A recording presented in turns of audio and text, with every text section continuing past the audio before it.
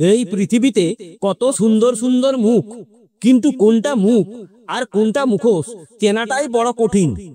ভদ্রতার মুখোশ পরে থাকা মানুষগুলোর স্বার্থে টান পড়লেই খোলস খুলে বেরিয়ে আসে, অথচ এদেরকেই কিনা আমরা সবচেয়ে বেশি বিশ্বাস করি, সম্মান করি আর ভালোবাসি। মুখোশে ঢাকা মানুষগুলো দেখতে অনুরূপ মানুষের মতোই, আপনি বুঝতেই পারবেন না। এরা এত মিষ্টি সুলভ আচরণ দেখিয়ে আপনার কত কিছু ছিনিয়ে নিতে পারে। অস্ত্র মানুষের যে ক্ষতি করতে পারে তার চেয়ে অধিক এবং নিকৃষ্ট ক্ষতি এই মুখোশধারী মানুষেরা করে। আজকাল মুখোশের আড়ালে মানুষ বাঁচে, অভিনয়ের আড়ালে মনুষ্যত্ব মরে। আমাদের সমাজে তো মানুষের অভাব নেই, কিন্তু সুন্দর মনের মানুষের অভাব আছে। বিশেষ করে এখনকার সময়ে সবখানেই বহুরূপী মানুষ ঘুরে বেড়ায়। তারা আমাদের সামনে ভালো মানুষ সাজে আর পেছনে আমাদেরই ক্ষতি করে।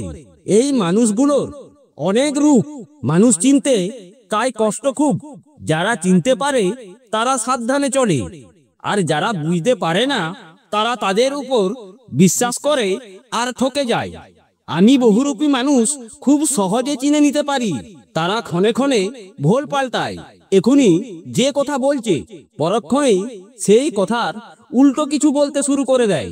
এই কলিযুগের বহুরূপীদের কত কিছু করতে হয়।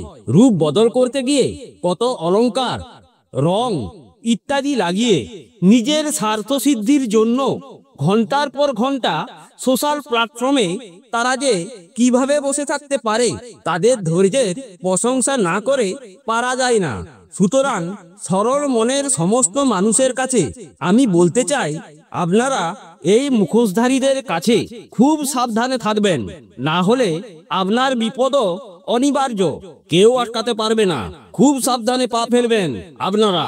ভিডিওটি ভালো লাগলে এই সরল মনের মানুষগুলোর কাছে বেশি করে শেয়ার করে সাবধান করুন, এটাই আমার অনুরোধ রইল আপনাদের কাছে।